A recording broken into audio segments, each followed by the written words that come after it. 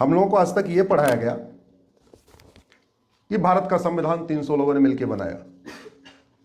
ये भी पढ़ाया गया 3 साल में बनाया। कुछ लोग जो ला किए हैं उनको यह भी पता है कि हमने 10 देशों के संविधान को पढ़ के उन 10 देशों की बेस्ट प्रैक्टिस को अडॉप्ट किया।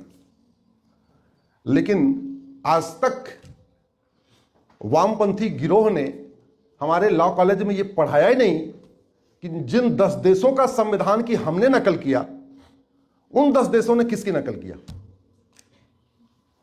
हमने संविधान बनाया, यूके की संविधान को पढ़ा, यूएसए के संविधान से कुछ लिया, कुछ आयरलैंड से संविधान से लिया, कुछ कनाडा से लिया, कुछ ऑस्ट्रेलिया से लिया, कुछ रूस से लिया, कुछ जापान से लिया, कुछ जर्मनी से लिया, कुछ अफ्रीका से लिया, कुछ फ्रांस से लिया। 10 देशों से लिया।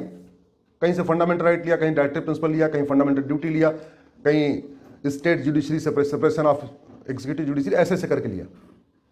लेकिन यह नहीं बताया कि यार इन 10 देशों ने किससे लिया था। आपको जान के आश्चर्य होगा, जिन 10 देशों से हमने भारत के संविधान की नकल किया उन 10 देशों ने हमारी नकल किया था। और हमारे किसकी नकल किया था? कुछ वेदों से उठाया, कुछ पुराण से उठाया, कुछ उपनिषद से उठाया और ज्यादा पार्ट मनुस्मृति से उठाया।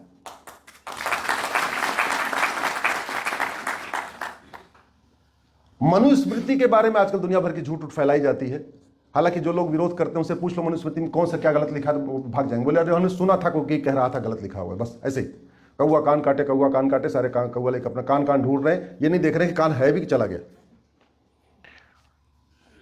मानव इतिहास में इस पृथ्वी पे सबसे पहला कोडिफाइड जो कानून है वो है Manusmriti.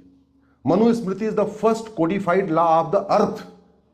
Manusmriti is the first codified law of the world. और यह मनुस्मृति उस तब बनी थी जब लोगों को वस्त्र पहनना नहीं आता था, जब लोगों को भोजन करना नहीं आता था।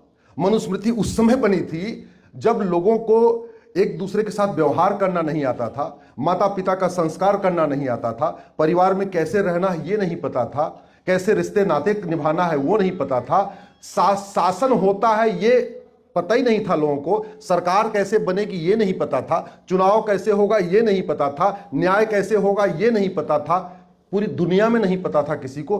तब हमारे पास एक रिटन डॉक्यूमेंट था जिसको कहते हैं मनुस्मृति। 12 चैप्टर है। पहला चैप्टर है सृष्टि की उत्पत्ति और युगों का वर्णन, दूसरा चैप्टर है ब्रह्म से आश्रम और शिक्षा। हाँ, जब पूरी दुनिया में शिक्षा नाम की चीज नहीं थी, स्कूल था ही नहीं, तब मनुस्मृति में 4 आश्रम बनाए गए, ब्रह्मचर्य आश्रम, गृहस्थ आश्रम, वानप्रस्थ आश्रम, संन्यास आश्रम। दूसरा चैप्टर है ब्रह्मचर्य आश्रम और शिक्षा, एजुकेशन।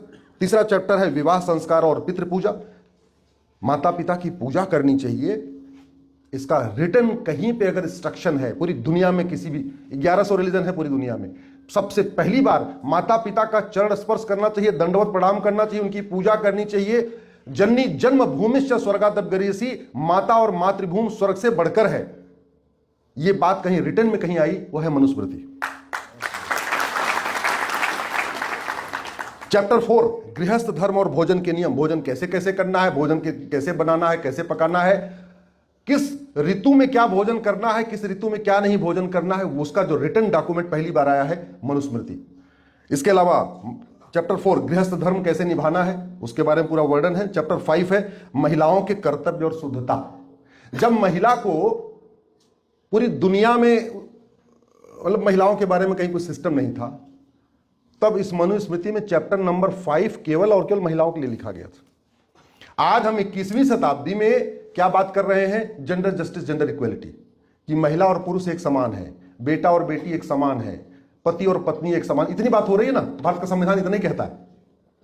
अरे आज के 10,000 साल पहले चैप्टर 5 में जहां महिलाओं के कर्तव्य और शुद्धता की बात कही गई, उसमें लिखा था नारी तू नारायणी।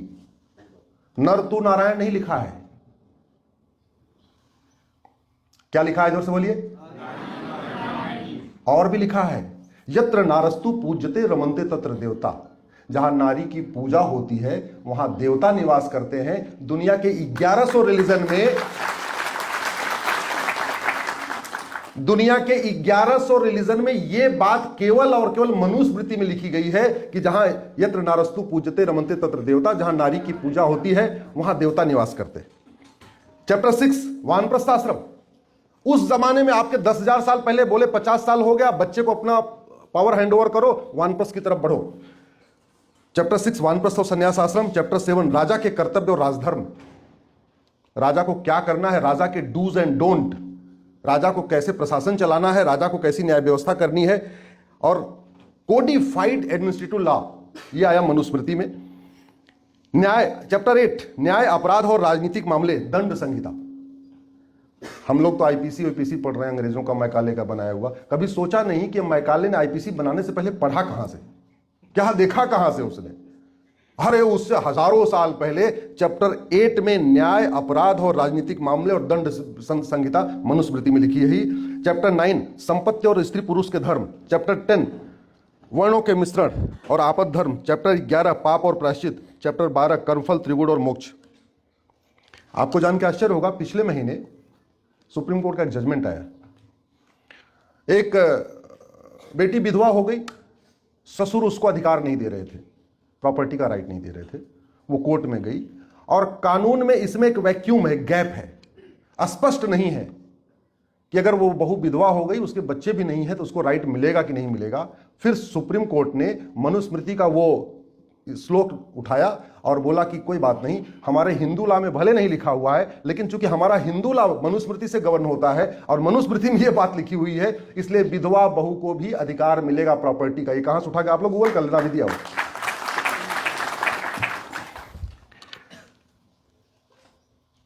मनुस्मृति में थोड़ी सी दिक्कत हुई। ओरिजिनल मनुस्मृति में 2,500 श्लोक थे। आज की डेट में जो मनुस्मृति है, किसी में 2600 श्लोक हैं, किसी में 2700 हैं, किसी में 2800 हैं, किसी में 2900 हैं।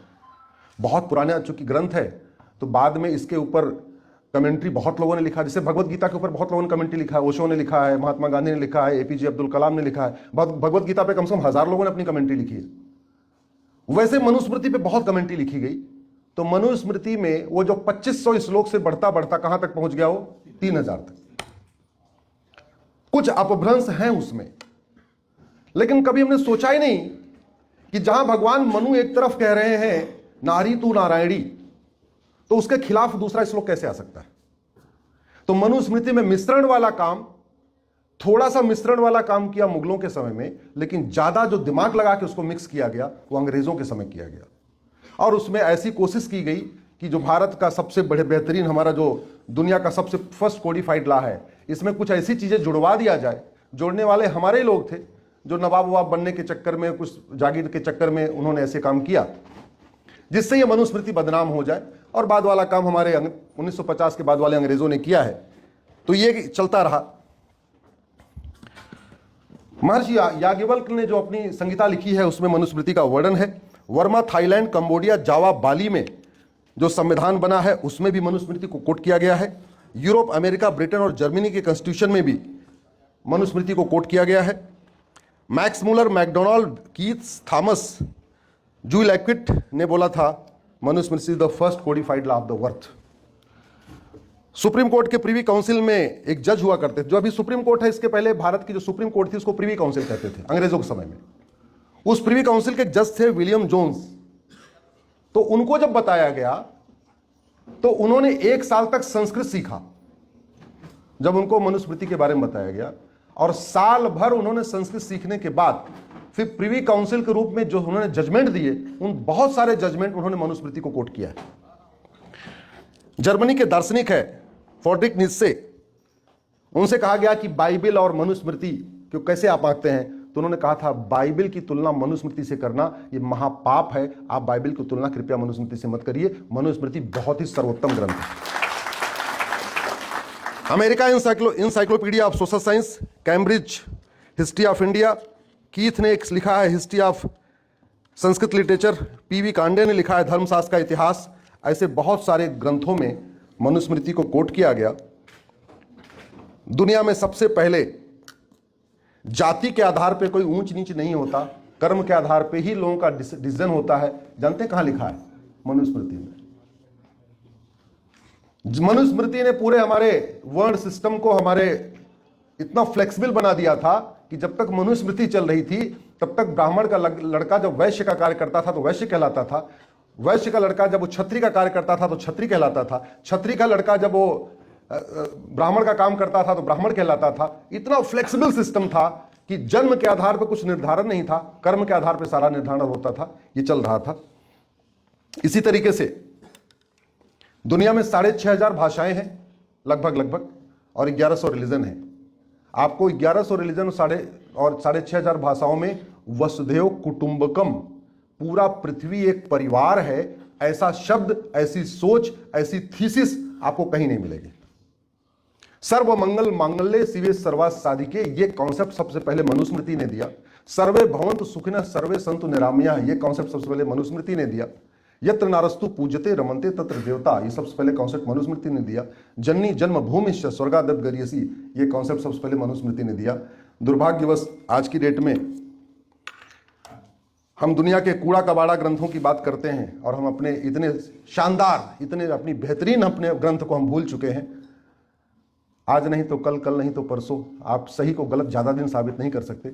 मुझे पूरा विश्वास है कि मनुस्मृति के बारे में भ्रांतियां दूर होंगी और जो हमारी ओरिजिनल मनुस्मृति है वो हमारे कम से कम ला के कॉलेज में पढ़ाई जाएगी और दोबारा से हम फिर से अपने वही जो हमारा प्राचीन सिस्टम था, क्या शानदार सिस्टम था। रानी सत्यवती कौन थी? केवट। शांतनु कौन थे? क्षत्रिय। किसी ने विरोध किया? हम शांतनु के अंडर में हम, और शांतनु के बाद राजा कौन बना? सत्यवती। और कितने देश की राजा बनी? वर्तमान एशिया की राजा बनी। ये इंडोनेशिया, मलेशिया, कंबोडिया, ये कजाकिस्तान, किर्गिस्तान, ये सारे भारत के हिस्से हुआ करते थे। और उस भारत की में राज किसने किया था? सत्यवती ने। सत्यवती कौन थी? एक नाविक की बेटी। क्षत्रिय ने विवाह किया, राजा बन गई, राजपाट किया। किसी ने विरोध किया? क्या? जोर से बोलिए जरा। नहीं। राजा दशरथ और विश्वामित्र का क्या संबंध है? एक ही परिवार के, एक ब्राह्मण कहलाए, एक क्षत्रिय कहलाए। कैसे? कर्म के आधार पर। भीष्म पितामह वेद व्यास कौन? एक ही परिवार के, एक ब्राह्मण कहलाए, एक क्षत्रिय कहलाए। असंख्य उदाहरण है हमारे पास जहां 4 भाई में एक ब्राह्मण कहलाया, एक क्षत्रिय कहलाया, एक वैश्य कहलाया, एक शूद्र कहलाया। चारों के काम बटे और चारों भाइयों की पहचान अलग अलग हो गई। तो इसलिए जो लोग ये सोचते हैं कि कास्ट सिस्टम, आपको ये जान के आश्चर्य होगा, कास्ट वर्ड क्रिश्चियनिटी के बाद आया है। कास्टिज्म की शुरुआत क्रिश्चियनिटी के बाद हुई है। 2000 साल पहले क्रिश्चियनिटी आया है और कास्टिज्म आया है 1800, अब से 1800 साल पहले, यानी क्रिश्चियनिटी के 200 साल के बाद। उसके पहले कास्ट सिस्टम नहीं था। और इस पे मैं सार्वजनिक रूप से किसी भी व्यक्ति से कहीं पे भी ओपन डिबेट के लिए तैयार हूं जो हमें ये दिखा दे कि हमारे यहां पहले कोई कास्ट सिस्टम था ही नहीं, था ही नहीं। अंग की कर्ण की पहचान क्या थी? जरा जोर से बोलिए जरा। सूत पुत्र। क्या पहचान थी? अरे अगर उस जमाने में शूद्र राजा नहीं बन सकते थे तो कर्ण अंगराज कर्ण कैसे बन गया? अंग देश का राजा कैसे बन गया? ये सब मिथ्या है, ये सब भ्रांतियां हैं। लेकिन आज का विषय कुछ अलग है, इसलिए मैं उस पर नहीं जाऊंगा, नहीं तो बहुत लंबा हो जाएगा। अगर आप लोग सोशल मीडिया यूज करते हैं तो हमारे साथ फेसबुक पे जुड़ जाइए, हमारे इंस्टाग्राम से जुड़ जाइए, यूट्यूब से जुड़ जाइए। वहां से आपको ऐसी बहुत सारी भ्रांतियों का निराकरण होता रहेगा। और इन्हीं भ्रांतियों का निराकरण करने के लिए मैं Monday to Friday Supreme Court में रहता हूँ, सैटरडे संडे आपके बीच में रहता हूँ। और एक बात भी बता दूँ, एक्चुअली मैं वकील भी बाद में बना हूँ, पहले मैं इंजीनियर था। मैंने इंजीनियरिंग छोड़ के वकालत किया है।